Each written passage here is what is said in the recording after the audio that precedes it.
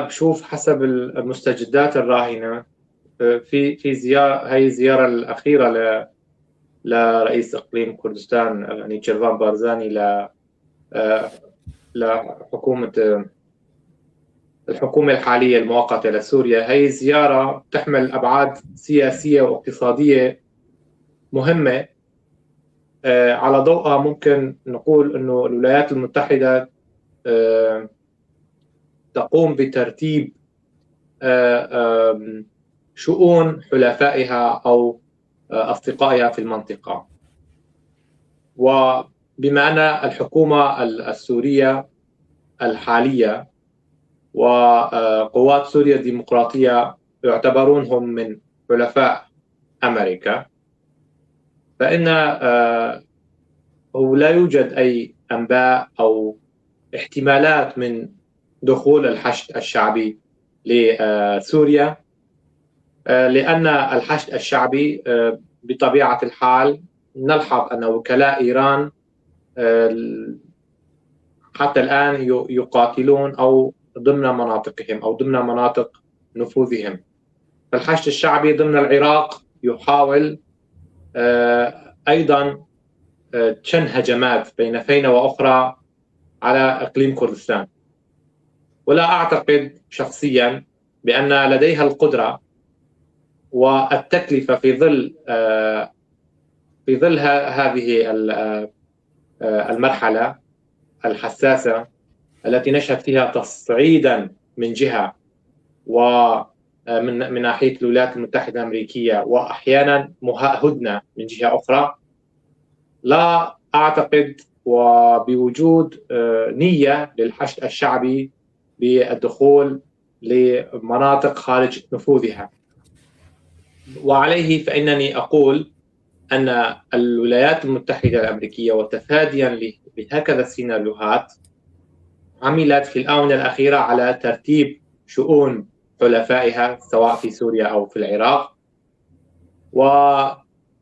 واليوم الذين يتحدثون الآن عن أبعاد تلك الزيارة الأخيرة يرون أن هذه الزيارة تحمل بعدا اقتصاديا يتعلق بإمكانية التعاون بين إقليم كردستان وحكومة دمشق. وهذا يعني أن الولايات المتحدة الأمريكية فرضت شروطها على الجميع، على الجميع أن يجلس، على الجميع أن يندمج، على الجميع أن يحل مشاكله، لأننا لا نحتاج إلى مشاكل وقضايا جديدة. وقضيتنا الأساسية هي الحرب، كسب الحرب ضد إيران أو إضعاف كسر شوكة إيران في المنطقة، وكذلك تقليم أظافرها في المنطقة. لا مؤشرات حول نية في تدخل الحشد الشعبي خارج حدود العراق، وإن حدث ذلك فلا أعتقد أن قوات سوريا الديمقراطية لديها مجال للمناورة أو مجال للرفض، لأنها في وضع كما تعلم لا يحسد عليه. برأيك أنه عمليا ما زالت بالجانب الأمريكي وبالجانب الحكومة السورية؟ أعتقد أن الأمور تتجه نحو التسوية. التسوية ما بين قوات سوريا الديمقراطية وحكومة دمشق، وأن هذه التسوية ماضية قدما، وتركيا أيضا تضغط بمسار آخر. تريد أن تدخل مرحلة جديدة. رأينا موضوع مشروع تركيا بلا إرهاب أو عملية السلام الطال، يعني لم نجد حتى الآن نتائج عملية من الطرف التركي بخصوص مشروع عملية السلام. وأعتقد أنه ثمة مسار جديد في تركيا. هذا المسار الجديد في تركيا يفرض على الذين هم في سوريا الكرد وهذه الحكومة حكومة الشرع أن يقوموا بتسوية مشاكلهم درءا من تفاقمها أو درءا من أي تصعيد، خصوصا بوجود هذا التوتر الأمريكي الإيراني في المنطقة. كويس. طيب، والتغييرات اللي صارت مع الفصائل مثل أبو عمشة وأبو ضراط وأبو فسي وما بعرف شو من هذول الشلة هاي، عمليات الدمج اللي صارت ضمن هاي عصابات خلينا نقول لتشكيل ما يسمى بالجيش عربي سوري، الحمد لله على الخشب. فهل هذا تمهيدا لدمج قسد التام في هذه الفصائل؟ هل هو شرط قسدي؟ هل كان شرط؟ أنا بشوف إنه هذا الإقصاء اللي عم بيتم لبعض من قيادات ما يسمى الجيش الوطني المحسوب على أنقرة جاي نتيجة رغبة تركيا، إنه ما دام في تسوية، ما دام في تقارب، فما في داعي لوجود شخصيات غير مقبولة من أطراف التفاوض. فمشان هيك كمان تركيا يعني بدها تحاول تعمل نوع من الغربلة لبعض شخصيات ارتكبت جرائم، ارتكبت موبقات في فترة معينة، وهي شخصيات عم تكون حاجز، عم تكون حائل دون التقارب بين الطرفين. وفي شيء كمان أنا شايف إنه هدول بعض من الفصائل الجيش الوطني هن متأهبين، حابين يدخلوا لبنان، حابين عم يتجهزوا لسيناريو ممكن يصطدموا مع حزب الله يعني، وهي الأشياء ممكن تكون واردة. هلا عم نلاقي بعموم المنطقة السورية ما حدا عم يحكي كتير عن إنه الدرزي أو إنه الهجري لازم يندمج، والهجري لازم يعمل كذا وكذا. وبتلاقي التفاوض الحالي حاليا عم يقبلوا بشيئين ما كانوا يقبلوا فيه. أول شغلة وهي الأهم، انضمام قوات سوريا الديمقراطية كأفراد. هذا الشيء ما تم، عم ينضموا كفرق، وهذا يعني حفاظ على خصوصية القوات كما هي، بس تبديل اسمها. هذا معناه نحن القوات باقية ضمن مناطقها ما بتطلع منها، هذا اتفاق. الثاني قبول وجود وحدات حماية المرأة كقوة مثل مكافحة الإرهاب ضمن الجيش السوري. هذا الشيء كمان ما كان مقبول في فترة من الفترات. يعني في تغييرات عم تنفرض على حكومة الجولاني. موضوع الهجري، موضوع الدروز، ما عاد حدا حكى في موضوع الدروز انه لازم هن يرضخوا كمان، هن يدخلوا. على الاغلب هن كمان الترتيبه معهم كمان نفس ترتيب قسد. هن كمان يمكن تتغير بعض الامور الشكليه او يبقوا بمناطقهم، بيبقى الوضع مثل ما هو. عمليا حكومه دمشق عم تنفرض عليها امور ما كانت تقبل فيها لفتره ما. على العموم المنطقه تتجه نحو اللامركزيه، وان كان الاعلام او العلني انه الامور تمام وكل شيء عم تكون تحت السيطره. اوكي. هل ما زال في دور للبي كي كي ضمن قوات قسد او في المناطق الخاضعه للقسد؟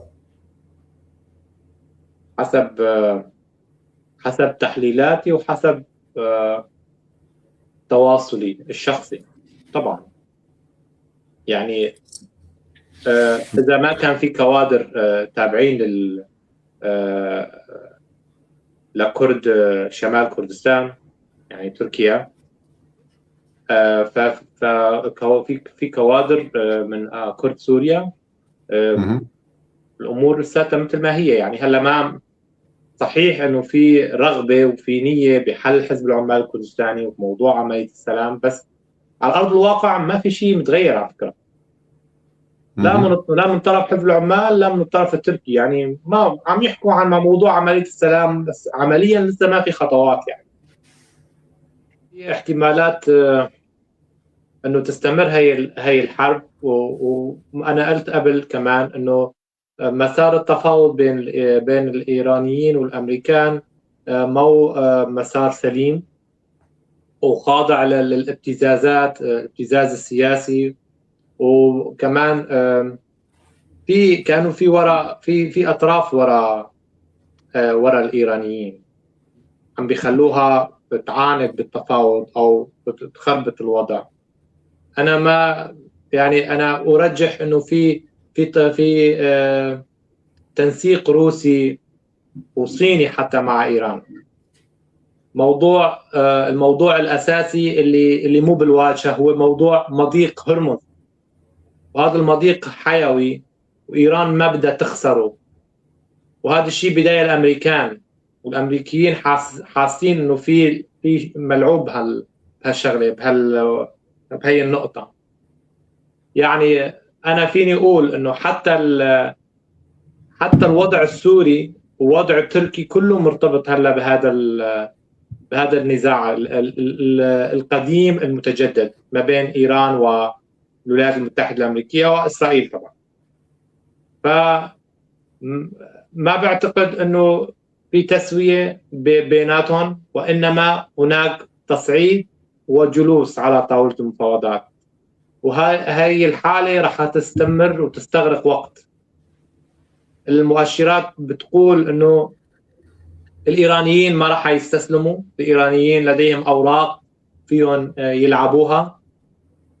لهيك هلا هذا التلكؤ والتباطؤ بين قسد وحكومة دمشق وكلها هي مرتبطة بالجو الإقليمي بشكل عام. إذا صار في خربطة وفي خلط بين الأوراق، والأغلب إذا صار في تصعيد تاني رح يكون تصعيد أخطر من اللي قبله. ترامب ممكن يعمل شغلات تخليه يعني يدخل هي المعمعة وما يطلع منها. الإيرانيين كمان عندهم أوراق فيهم يلعبوها، سواء كانت أوراق متعلقة بوكلائهم اللي فيها تستخدمهم مثل ما بدها وقت الحاجة. لهالسبب بتلاقي حتى مسار هذا الشيء بينعكس على مسار التفاوض بين حكومة دمشق والإدارة الذاتية.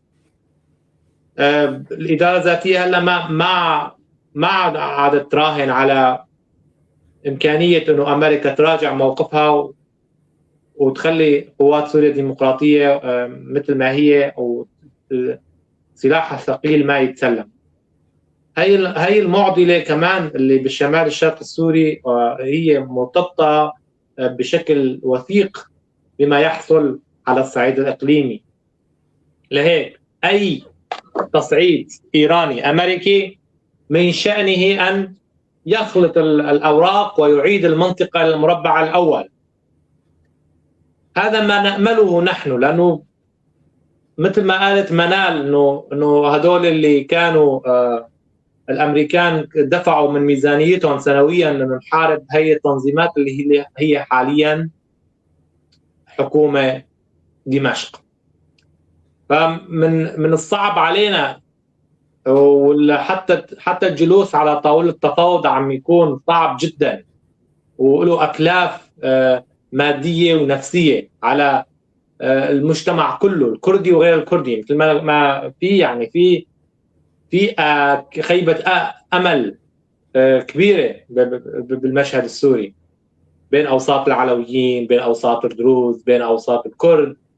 برا سوريا كمان نفس الشيء، بين كرد العراق وكرد تركيا، وفي دائما هذا السجال.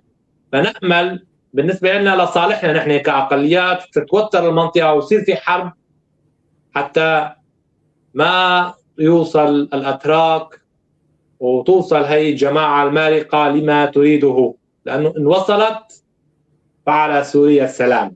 بالنسبة لموضوع كركوك هو موضوع خلاف قديم، يعني خلاف الكرد مع كافة الأنظمة، سواء نظام صدام أو نظام أنظمة تركيا حول كركوك. لا أهمية اقتصادية، لأنه هي مدينة غنية بالنفط والكل بيعلم انه هي كركوك كرديه يعني حتى بالاسم وبكل شيء، ولكن جرى ادخال التركمان اليها يعني من اجل محاوله تعريب المنطقه او جعلها منطقه على متنوعه مشان الكرد ما يستحوذوا على هذه المنطقه لما لها من اهميه اقتصاديه. وتركيا كمان انا اعتقد انه اقليم كردستان مضطر بحكم علاقته، بحكم انه ما في خيار ثاني، انه هو الشريان الوحيد، شريان ممر ابراهيم الخليل هو الشريان الوحيد الاقتصادي ما بين التبادل التجاري ما بين تركيا واقليم كردستان.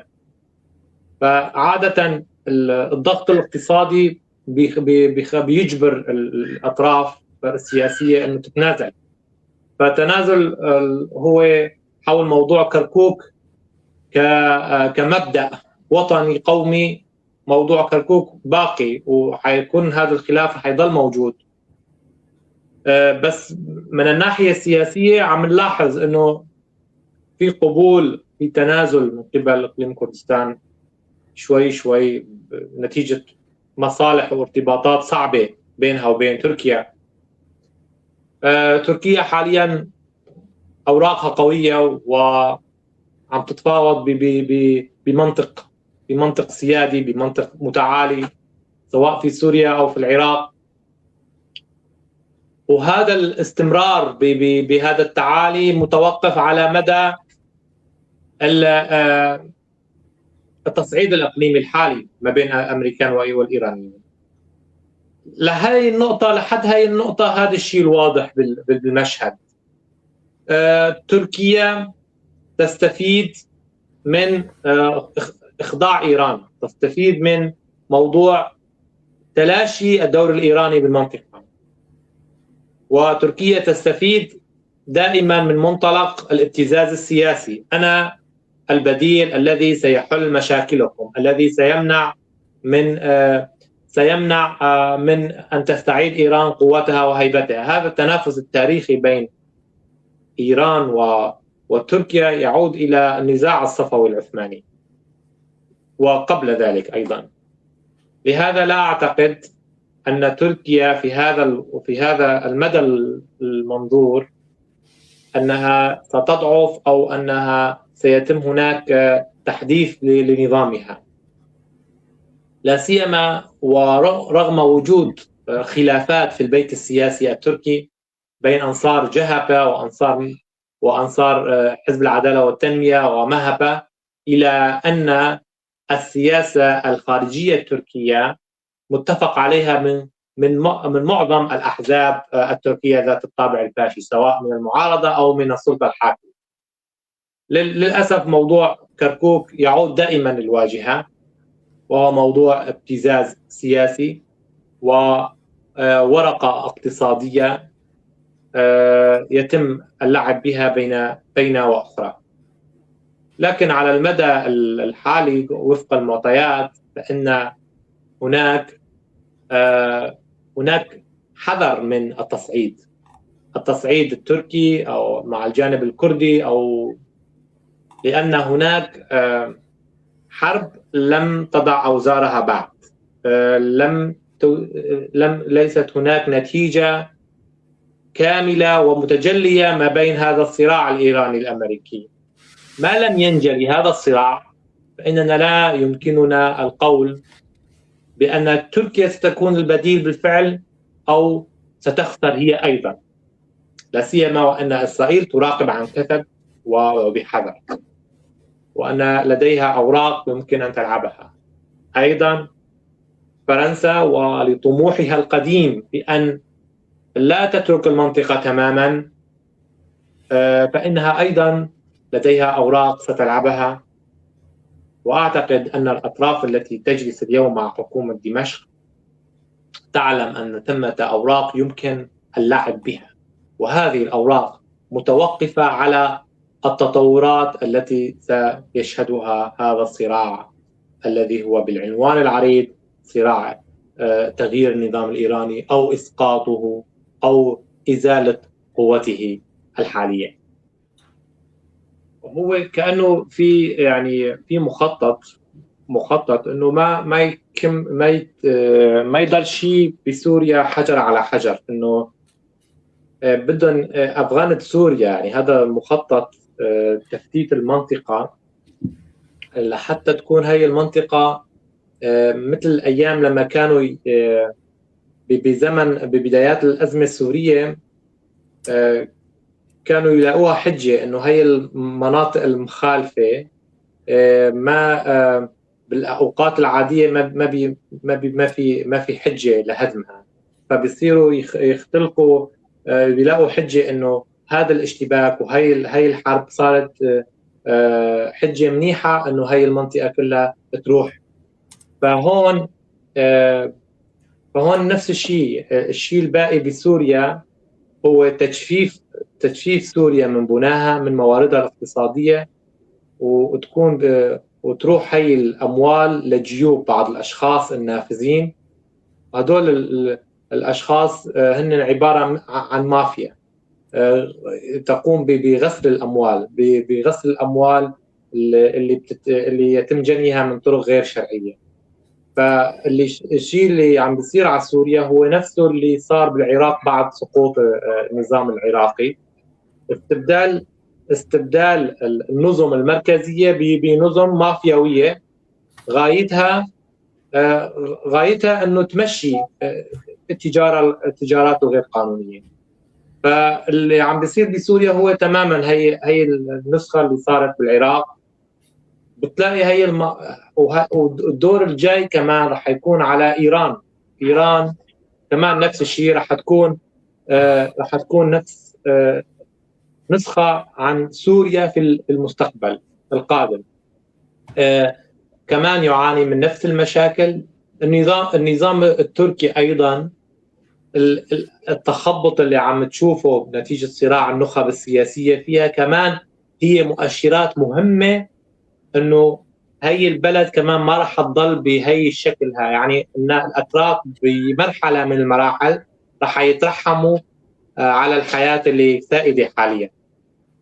ففي مخطط على المدى غير المنظور بتفتيت تحويل هي المناطق او هي الدول كلياتها لمحميات مافيويه.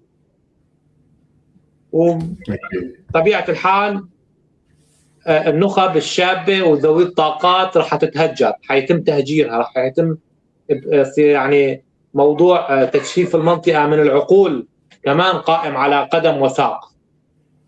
فهي المنطقه راح تشهد تغييرات ديموغرافيه قويه بالمراحل القادمه. والله استاذ عمر ادخلني بلوحه يعني لابد انه تنضم لبقعه ضوء. يعني بالفعل اللوحه يعني ما واحد حيالها يعني بيضل صامت وبيضل يستغرق بكثير افكار واشياء. يعني حكى عن سلسله من امثله، ضرب امثله عن سلسله من حياه الفساد اللي كانت في ظل نظام الاسد. كل ما يجري الان نتيجه ما جرى بالامس. يعني نحن ما فينا نفصل المسار التاريخي عن بعض البعض. لهالسبب يعني الواحد فيه ينظر للمستقبل كمان بهي الطريقه اللي عم يحصل حاليا بهي الفتره، واللي هو نتيجه عن اللي حصل في الماضي، وهو مؤشر للشيء اللي بده يحصل بالمستقبل. واللي يعني انا بشوف انه هي البلدان ما عادت بلدان قبل، لانه ما في اساس لمفهوم المواطنه، مفهوم غائب كليا. مفهوم الدوله، ما في دوله وانما مافيا هي اللي بتحكم. فما تستغربوا ليش وصلت البلاد لمفترق مسدود نتيجه عقود من الفساد، عقود من التخبط، عقود من الظلم. وحتى نحن صرنا نقول يا ترى لو نحن كنا بديل عن هي السلطة مثالا، كنا نقدر نتعامل مع الأمور بنزاهتنا اللي عم نحكي فيها. لانه مثل ما بيقولوا السلطه مفسده. الى اي حد نحن كنخب عم تنتقد ما حصل وما يحصل؟ قادرين نخلق بديل سواء من الناحيه النظريه او من الناحيه العمليه؟ هون السؤال. إذا بدنا نضل ندور في متاهة التشخيص لا ينتهي. كل حدا فينا عنده مأساة، عنده تجربة، كونه عايش ضمن هي البلد، سواء في حقبة الجيل الأب أو جيل الجد أو الجيل الحالي، كلهم عندهم تجارب من هذا القبيل. ولكن شو هو الحل؟ ما هو الحلول؟ خارطة الطريق للخروج من هي المأزق هي المتاهة اللي عم نعيشها. مثلا برنامجك الأسبوعي هذا هو دائما يدور في متاهة التشخيص، ولكن شو ما بعد التشخيص، ما بعد فهم المعضلة؟ هذا الشيء لازم نفكر فيه من هون ورايح. نقدم خطوات عميلة بديلة، نخاطب الناس بعقلية البحث عن الحلول، لا الدائر في العمق من متاهة المراوحة عن في نقطة تشخيص المشاكل. طبعا مشاكلنا كثيرة، بس لازم نوقف عليها، لازم نحلها، لازم نعمل شيء يعني خطاب، بنأسس لخطاب جديد، خطاب يدعو فيه لتصفير هي المشاكل، يدعو فيه لفتح صفحة معينة، بحث عن بدائل، عن خيارات. هذا الشيء لازم يحصل بالحلقات القادمة، أو نشتغل عليه على الصعيد النظري وعلى الصعيد العملي كمان. بتحب تعلق على السؤال بخصوص الدكتور اللبواني ولا لا؟ بعرف كمال اللبواني، أنا عم راقب دائما، براقب تحليلاته. عادة تحليلاته فيها نوع من التذبذب، التسييس، وأحيانا بيحكي شيء معقول يعني. لكن أنا بأمل من الأستاذ لبواني وكمان اللي بينشطوا على المنصات وبيقدموا أحيانا تعليقات أو تصريحات سياسية حول أحداث معينة، يعني يتمتعوا بمصداقية أكبر وبحس موضوعي أكثر عند نقل الأحداث أو تشخيصها. ما بدي يتأثروا بقراءات مسبقة أو بقراءات إيديولوجية أو تسحبهم بعض إطارات أو تيارات لا تغير من مواقفهم، أو بمعنى تعمل نوع من التسييس لتصريحاتهم. كمال اللبواني في بعض تصريحاته كنت أشوف فيه يصيب عين الحقيقة، وبالبعض الآخر حسيت أنه مثل عم يعمل بروباغندا لحالة معينة أو لشيء معين.